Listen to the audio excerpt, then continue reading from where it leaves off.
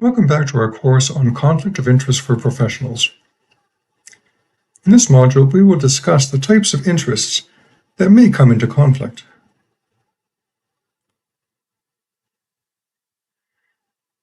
And we're talking about conflicts of interest, but what is an interest? How would you define it?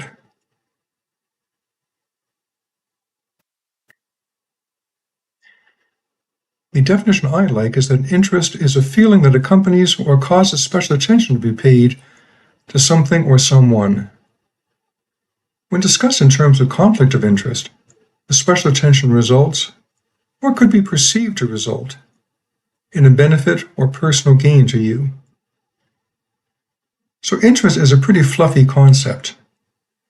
That's one of the reasons why conflict of interest is so hard to deal with.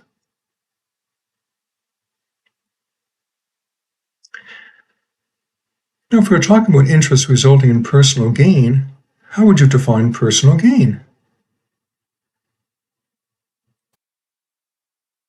You have a personal gain if you, or someone you care about, obtains something of value. Commonly, when we talk about conflict of interest, we think of money. But the thing of value may be a job, a new job, a promotion to a job transfer. It may be a perk, getting to travel somewhere, getting a car, getting a better car, getting extra training, getting a better position on the soccer team. The value gain need not be positive. Avoiding a negative outcome, such as a layoff, lack of promotion, or an unpleasant job, is also valuable. Value is a very subjective term. What is seen as valuable varies from person to person. Note also that the person getting the thing of value may not be you. It may just be someone you care about. Does this mean that all personal gain is forbidden? No, it does not. Some common exceptions are receiving a benefit that anyone else could receive, such as employment insurance, or receiving a benefit because you are part of a broad class of people who are eligible for the benefit, such as the Canada Pension Plan. Personal gains related to your pay, allowances, and benefits are also seen as allowable. And small personal gains are seen as allowable. Gains that are so remote or insignificant that it cannot reasonably be regarded as likely to influence your decision.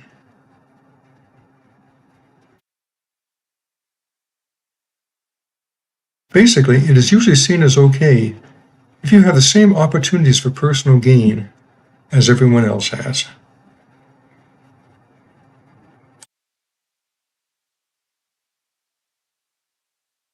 Your interest may also consist of benefits you received in the past. In other words, a current decision could be perceived as a quid pro quo for past favors. For example, a billionaire donates money to a university after his daughter is admitted, despite her very poor marks.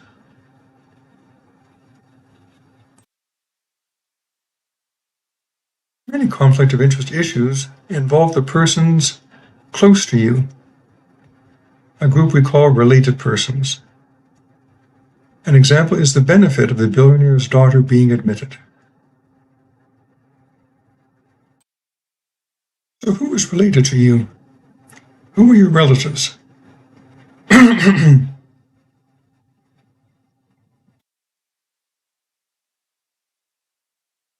are some common examples that you can see in many conflict of interest policies, which include, as in your immediate family, your spouse or common law spouse, any wholly or substantially dependent children, and anyone else who is wholly or substantially dependent on you and whose affairs are closely linked.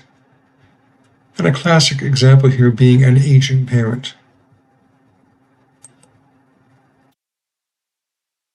Sometimes the definition of a related person is broader and includes anyone whose affairs are closely linked to yours, where there may be some beneficial relationship. In this broader group, we now may bring in fiancés, in-laws, adopted children, and then what about long-term foster children? Cousins. And how about that third cousin twice removed that you just met at the wedding?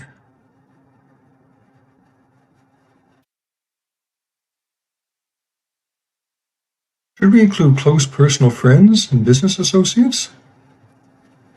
A case can be made for all of these, but where do you draw the line? To that, there is no definite answer, but it is a major issue when you are creating conflict of interest policies.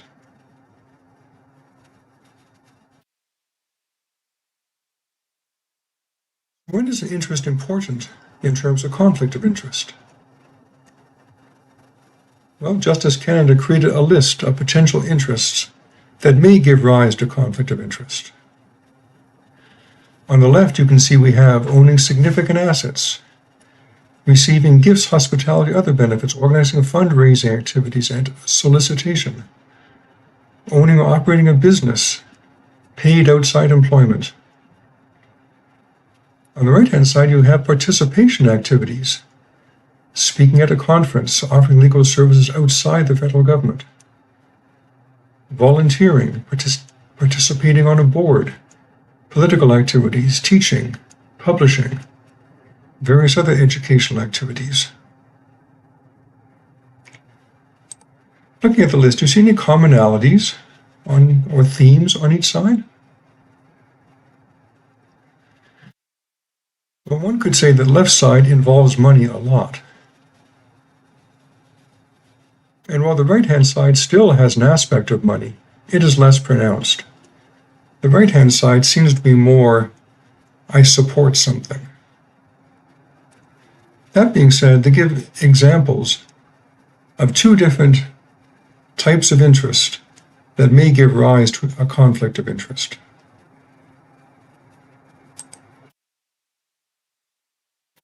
Now, I am interested in thousands of things. At what point do my interests become significant?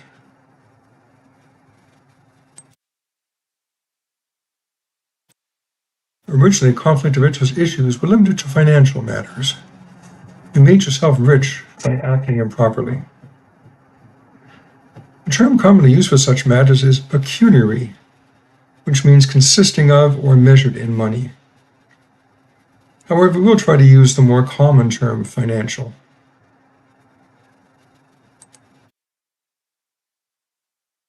So how do we view pecuniary or financial and non-pecuniary or personal issues?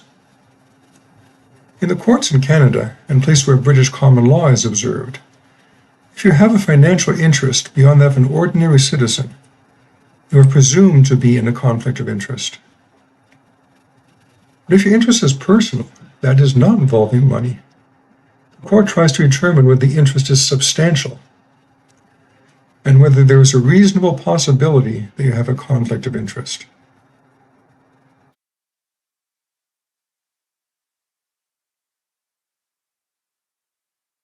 What are some examples of financial interests?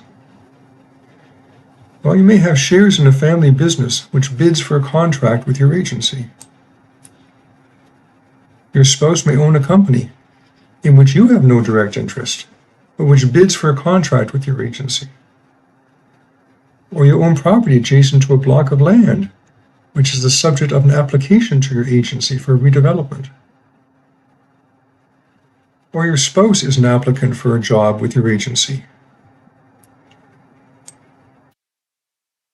In all of these, you or your immediate family make money.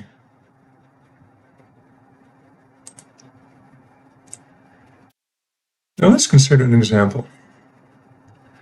Let's say Acme is a large multinational corporation, and Henry has been the IT director of Acme for 10 years.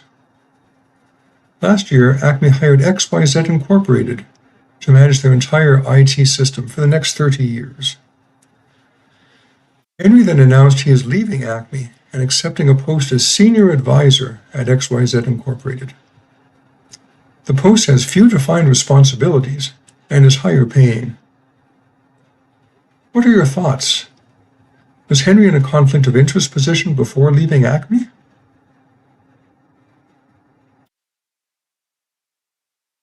Here we do have a perceived conflict of interest. We don't know whether Henry did anything bad or not, but the optics are not good. Should there be a post-employment conflict of interest policy in your organization to avoid situations like this? If there is, what about the personal freedom of your staff to pursue the career they want?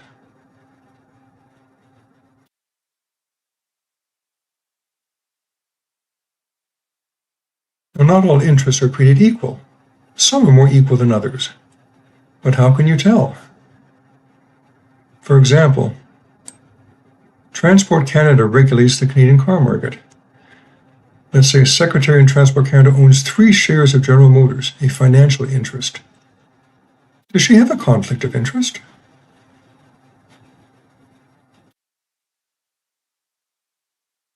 No, the secretary is not in a conflict of interest.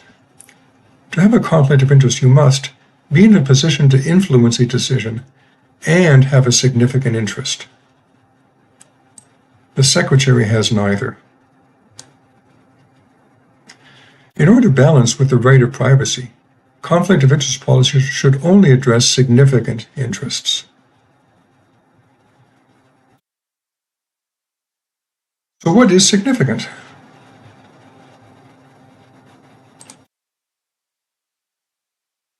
When we talk about significant financial interest, we can talk about actual dollar amounts, or we can talk about percentages. This is an example of such limits set by the International Agency for Research in Cancer when deciding whether a researcher has a conflict of interest. For example, any employment by an interested party within the last year is a conflict. Or having $10,000 of stock is a conflict. Now, you may disagree with the numbers, but my point here is that the numbers are clear.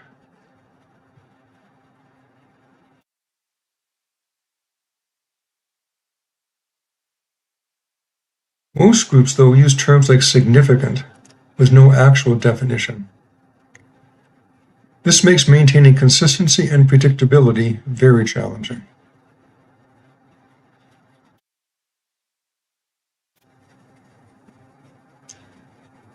Now, should conflict of interest policies cover gifts? Many do, but most are quite vague. It leaves you wondering whether you can accept a cup of coffee from a supplier.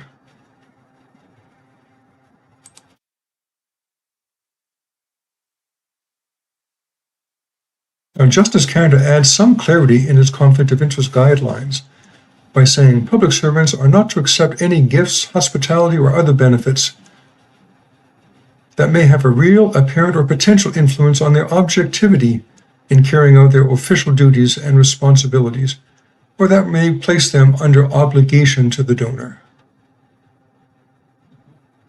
But how many gifts does it take to have a real, apparent, or potential influence on their objectivity?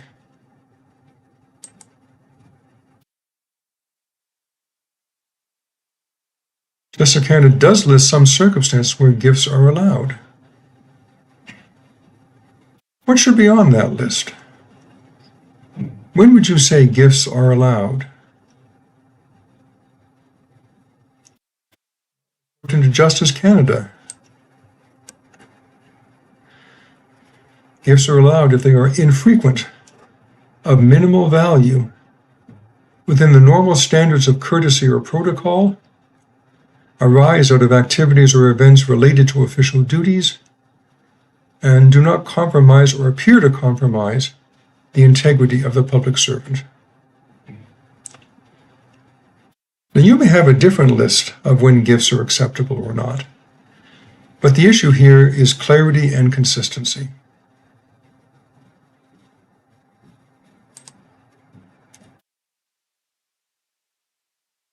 Now, on the other hand, personal interests don't involve money. So what might be some examples of personal interests?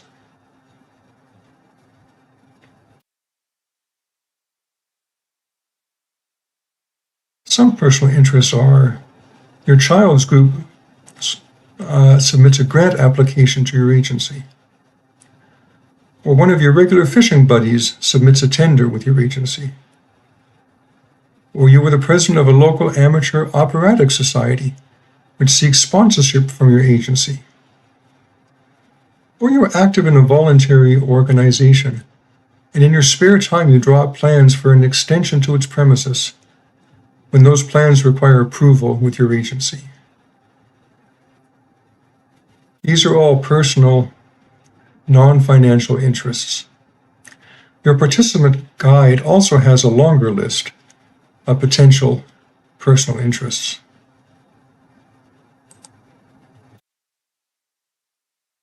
Now imagine the following situation. Say you are the sole decision maker on a large contract. You cannot withdraw from the assignment or pass it along to someone else. XYZ company is thinking of bidding for the contract. You know XYZ and know they would do a good job. But XYZ is in financial trouble and needs a large contract. Your oldest friend, who is the president of XYZ, persistently asks you for some tips on what to include in the bid. You know that such tips would be an unfair advantage. What would be going through your mind when these questions arise?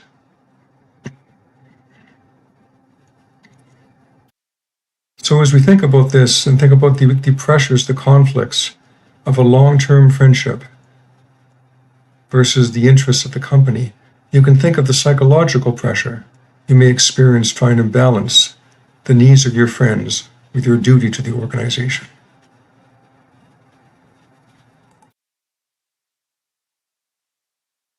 And this concludes our discussion of the types of interests.